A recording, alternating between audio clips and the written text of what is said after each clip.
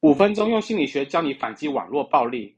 经常上网的朋友可以收藏一下，先了解对方为什么要网络暴力。在现实中可能没有被温柔对待，例如有着不稳定的家庭关系、巨大的工作压力跟生活压力，他可能也有着非常严重的内耗，就是心里有多个想法互相攻击。例如，我认为我是个有价值的人，但现实却是我深爱着小美，但是对她的深深付出却得不到回报。在聊天过程中，诱导对方说出这些弱点，然后进行攻击即可，但不要暴露自己的信息，这边就不展开介绍了。而常见的应对技巧又有以下3点：第一，摆出沟通的姿态，而不是互骂的姿态。试想一下，你在练拳击，如果沙包突然开口说话，你会有什么想法？沟通姿态可以是同情、共情，但不要自我暴露。第二，沟通方式需要诱导出对方的内心需求，而不是现实需求。简单的来说，就是要打个出其不意。例如，我感受到你有点愤怒，能说说为什么吗？关于心理问题跟现实问题的区别，可以订阅我的频道去寻找答案。第三，保持稳定。试想一下，如果你跟另外一个人互殴，你伤痕累累，而他却纹丝不动，你会有多绝望？孙子兵法说道：上战者，先为不可胜，以待敌之可胜。在战斗之前，需要加强自己的防御力，为自己创造不可战胜的条件。下面我将介绍如何对自己进行心理建设。第一，调整自己被网暴的原因。如果你在路上遇到一只疯狗，它咬了你一口，你会怎么想？网暴者大多都是因为自身的原因，导致把怒气发泄到你身上，并不是因为你有问题。当网络暴力发生之后，千万不要在自己身上找原因，控制自己的内心。一旦开始找原因，就输了一半。第二，内心保持绝对的不在意。经常网络暴力的人，一定在大量的网络暴力中学会了如何有效攻击他人的技巧，就导致他的辱骂很容易点燃你的怒火。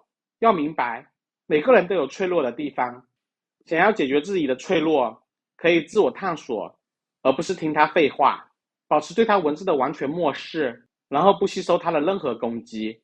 第三，换个角度看待，网暴虽然不好，但是也是人与人之间的沟通方式。他生气为什么不去骂空气、捶墙壁呢？是因为他觉得这样做没有价值，所以他潜意识认为你是有价值的。或许他还认为你足够稳定，能够像长辈一样涵容他，所以他才敢把暴力发泄在你身上。这不就更加肯定了你的价值吗？为什么一个人会对陌生人释放如此深的恶意呢？随着经济增速放缓，越来越多人找不到自己心仪的工作，各种家庭问题频发，现实越来越不能够温柔地对待我们了。当生活压力越来越大时，却无处给这些压力找释放的出口，于是网暴就产生了。最近几年，网暴更是从线上转移到了线下，开盒、谣言等事情直接让受害人人生崩溃，再加上部分人的退让，以暴制暴让暴力升级，就会让暴力越来越猖獗。网络上隔着屏幕，无法看到对方，很容易产生一种去个体化的心理现象。